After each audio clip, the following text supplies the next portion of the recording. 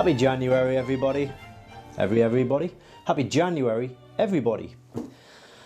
I hope you've had a good Christmas, a good New Year. January, of course, it's back to work. Everything's looking a bit blue and a bit gloomy and everybody wants a holiday. So I thought I'd make a video which may be nice. It's surrounding the Porsche 911 991, which is my current weapon of choice. The back end of last year I made a video which explained the 5 things that I hate about the car, and I don't like using the word hate, to be honest with you, because it is a car that I absolutely love. It's just, as with every car, there's a few things that you would maybe change if you had the choice, or maybe if you could just say to Porsche, look, why is this like that? But that never gets anywhere, does it? So anyway, if you want to watch that video, search the channel for 5 things I hate, and you should see that video come up. So I thought I'd make a video which offers 5 things that I actually love about the car. And to be honest, 5 things is not enough. I could go on and on and on, and it'll probably be one of the easiest videos I'll ever make. Yeah, so that's where I'm coming from with this video. It is a new year, however, I don't really feel like it's a new year. I still feel really hungover and groggy from the Christmas and New Year period. I think I need to sort this hair out, actually. I've probably got a bit of facial hair going on here. Well, I say probably, I know I have. And also nose hair as well. What's that about? So I certainly need to sort out the nose hair. I certainly need to sort out the hair. In fact, I think I'll do that now before I crack on with the video. Now, I also have a brand new Kia Sportage, Mercedes C-Class and Mini Cooper. But since this video is about the 911, I thought obviously I've got to take the 911 to sort these things out. The place I'm heading to right now is a place called the Metro Centre. It was once, I'm not sure if it still is, but it was once the Europe's biggest indoor shopping centre. That was when it was built, which I think was like the late 80s and 90s. But it's a great big shopping centre, so that's where I'm heading to sort this out.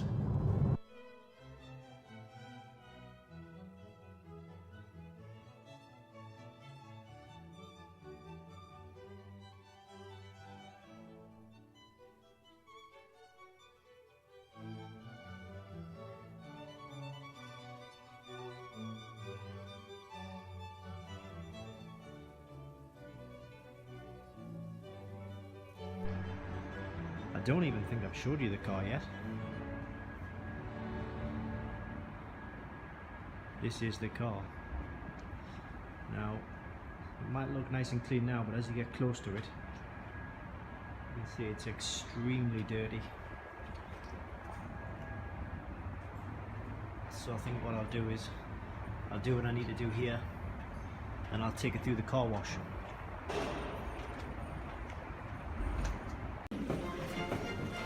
Thank you.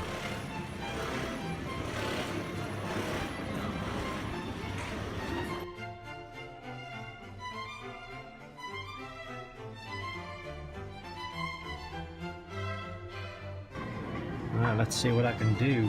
333 6984 6984.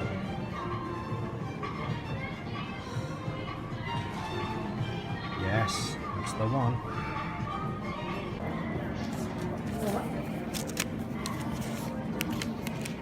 Just looking for your I went for that. Yeah, I think so. The nose hair. Thanks, sweetheart. Yeah, the nose hair's getting out of hand. I'm sure you don't need to know that, but... My son was desperate to grow a beard when he was younger. Was he? Yeah, there you go, darling. Great, thank you, bye. Take care now, bye-bye.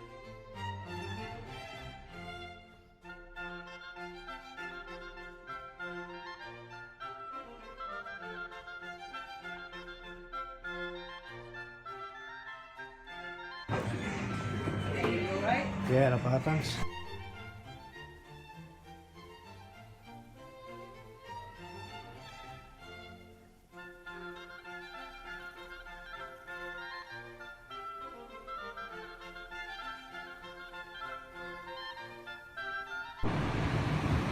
Alright, so it's clean now. Well, it should be. It's been cleaner in its life.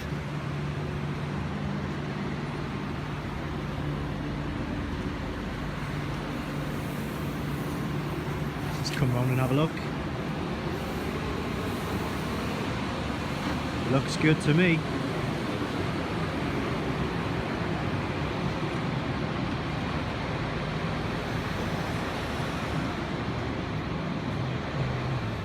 Alright, so thank God that's done. Hair is cut, nose hair is trimmed, and the car is washed. You got a little glimpse of the car before and after I was washing it there.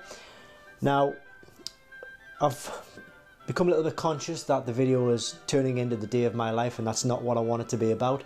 So, what I'm going to do now is go through the 5 things that I really love about this Porsche 911.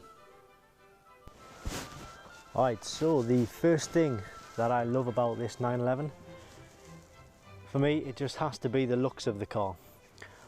It's a little bit longer than the previous 997. It's got a longer wheelbase as well, and it also has a wider track. But for me, the looks are just a little bit crisper, a little bit smoother. The eagle-eyed amongst you will notice that on this particular 911 I've put on the GT3 front bumper, so it has a meaner stance at the front. I've got the grills in here as well.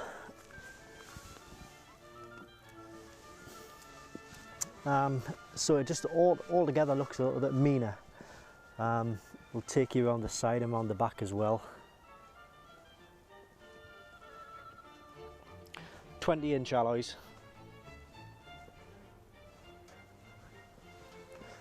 Not sure how well you can see that because of the sun. It's got twin dual exhausts.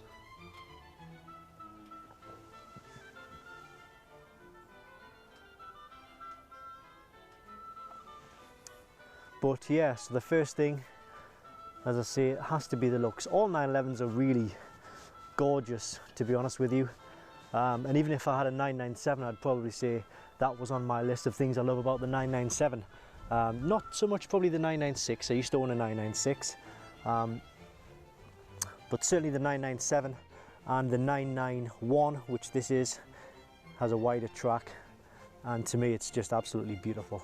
So that's the first thing on the list, it's the looks of the 991. Alright, so the second thing on my list, first of all, sorry about the dodgy sunglasses, they're the only ones I could pick up with it being a very sunny day here. So the second thing on my list is none other than simply getting in the car and just putting your foot down and hear the engine roar. It's unexplainable. You can't explain it unless you're sitting in the car and you actually hear it and experience it for the first time. A lot of people who have this car and have other supercars, I say other supercars, but have supercars, you know, like Ferraris, Lamborghinis, they will understand what it is, but to sit in a car like this and just hear that flat 6 is just phenomenal. I hope to be able to put the microphone on the rear deck and just simply put my foot down and let you hear what it sounds like. I'm fairly confident though it will never do it justice. The only way you'll really sort of feel it, hear it and understand it is by sitting in the car yourself and hearing it with your own ears. But here goes, I'm going to go and put my foot down now, and fingers crossed you can hopefully hear what it sounds like. But that is my number 2 on the list. If it doesn't work out as well as I'd hoped, then I'm very sorry about that. Then we'll move on to number 3, but here goes. This is the number 2 and it's simply putting my foot down.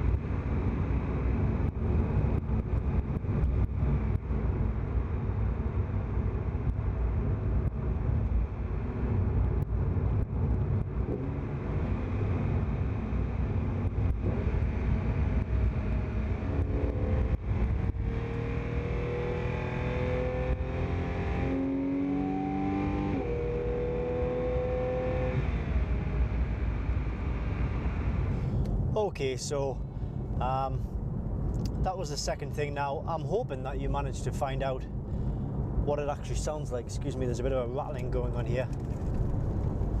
I'm hoping that the microphone actually picked up how the car sounds. Like I say, it's never going to do it justice. You really need to be in the vehicle. But don't worry about that, hopefully it worked. Moving swiftly on to the third thing that I absolutely love about this car. And this is not something that I would normally ever have chosen, but I'd read so many good reports on it, and that's why I chose it. It was the PDK box instead of the manual. To be honest with you, not that I would ever do this, but I'm fairly confident you could close your eyes, put your foot down, say if you are, I don't know, if the wheel was being directed by somebody else on a private land, you could put your foot down and you probably wouldn't even notice when the gears were changing. The PDK is that good.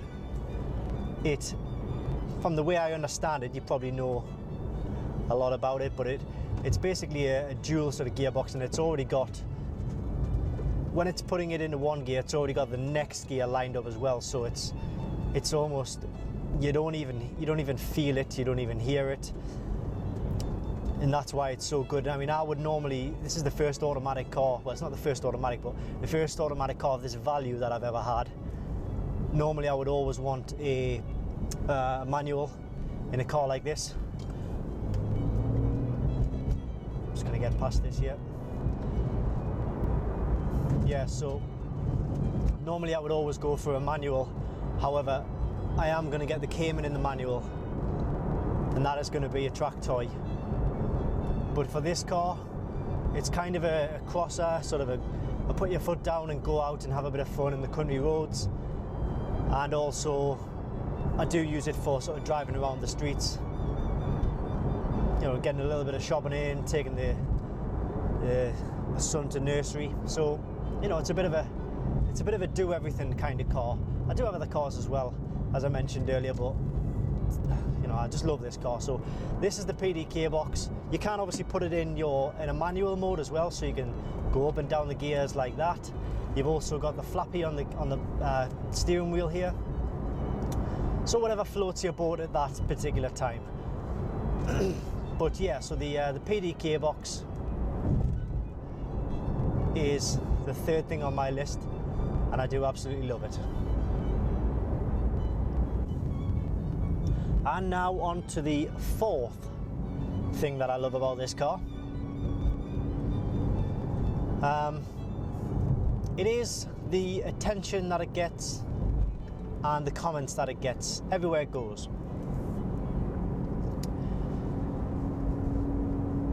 Whenever you're pulling in at a gas station or a petrol station in the UK, you always get somebody who wants to talk to you about it.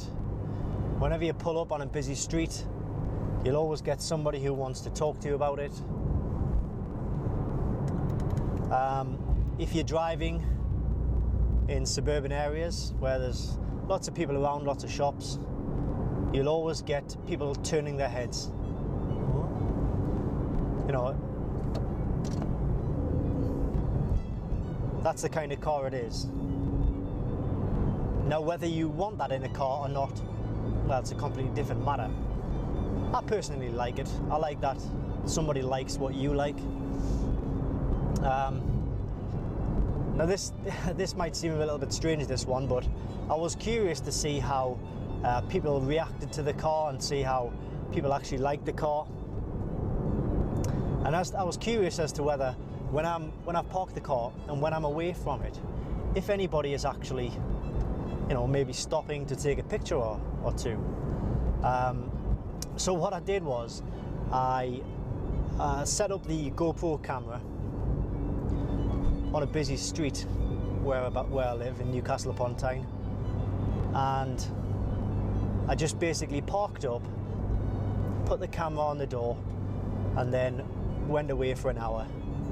And then I came back, had a look at the footage, and yeah, turns out there were a couple of people stopping to look at it, turning the heads, and also taking a few pictures as well. Now that's just a bit of fun, but it's interesting to see how other people react to your car when you're not around, because if I was sitting in the car parked up, you can guarantee that nobody would come and take a picture of it. But when I'm not there, yeah, people do come up and they take pictures, so it's quite pleasing that in that respect, that people see it as a car that stands out from the crowd. So that's one thing, that's the fourth thing that I love about this car, and it is the attention and the comments that it gets. And finally, it's been a long haul. The last thing on my list of things that I like about this car is probably going to disappoint you, to be honest. For a car that I generally, when I get in it, I thrash, I put my foot down. And it is the last thing on the list is the miles per gallon, the MPG. Normally we're getting, hang on, I'm just looking into my trip computer here. Currently getting 20.2 miles per gallon. Now I think that's pretty good. Like I say, generally I am putting my foot down severely because I love that engine sound. So 20.2 is what I've got at the minute. It sort of fluctuates around between the, if I was say driving it a little bit better, you're probably looking at 22, 23. But I'm happy with 20.2, to be honest. But then again, you don't buy a car like this to worry about miles per gallon. You buy a car like this to put petrol in and you just go and have fun. And when it's empty, you just have to pay again for more fuel. It's as simple as that. But that's my little list, my little 5 things that I love about the car. I hope you haven't found it too boring. What more can I say, really? Thank you very much for tuning in. I did mention at the start of the video that I have put a video on of 5 things that I hate about the car. So it might be worth checking that out as well. I don't think any of those things that I actually hate about the car will actually stop me from buying the car.